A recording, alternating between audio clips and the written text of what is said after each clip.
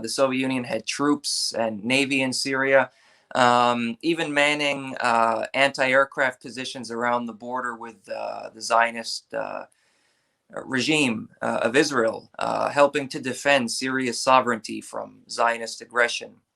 And the second picture is actually Syrian Arab Army soldiers holding the flag, which it's in Arabic there, but that's, I believe the translation is basically of like this, what they use in Russia, it's the victory banner, representing the victory in World War II, and they're celebrating there with a hammer and sickle, the Soviet victory banner, the anniversary of May 9th, the Victory Day over Nazi Germany. Mira que ya viene la revolución, para que se asustan será pa' mejor.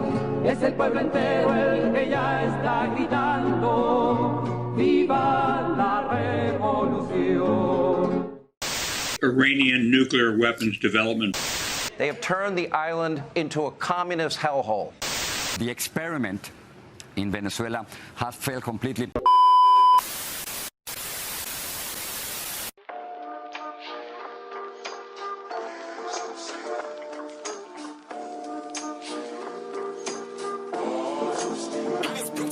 You know, one thing that I think is important to mention is the progressive revolutionary role of Russia and the Soviet Union, the former Soviet Union, throughout history, because people act like Russia has been this horrible, evil empire, that it's terrorized and pillaged people around the world. But in fact, Russia has a lot of support and solidarity from people all over the world, not just during the Soviet era, but also in the modern day. So I want to share, these are two pictures that Comrade Flame of Liberation sent me.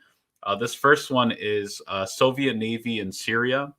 This is a Soviet officer in Syria during, obviously, the 20th century.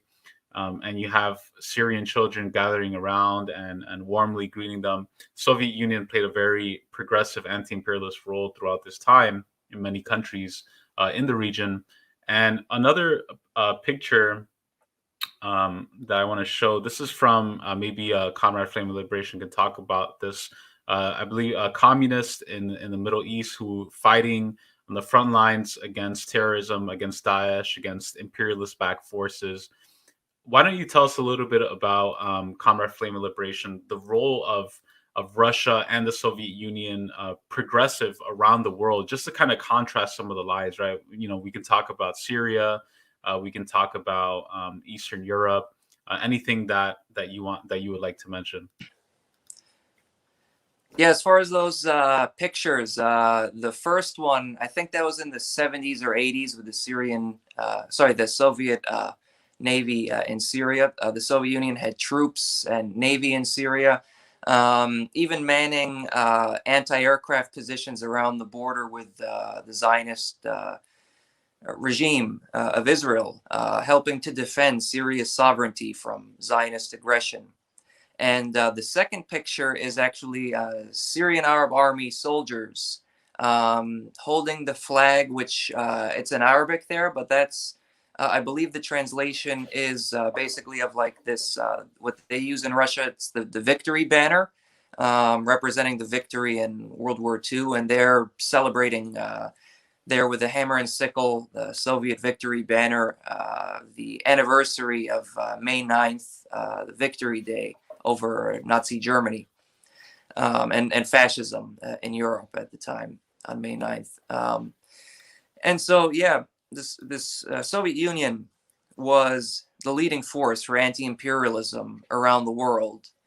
The Russian Revolution of 1917 opened the new page in humanity, where there was the possibility for the oppressed people, the exploited people, to rule their own societies and govern themselves. And this had a undescribably massive impact on the world. That's why we saw, following the Russian Revolution and the establishment of the Soviet Union,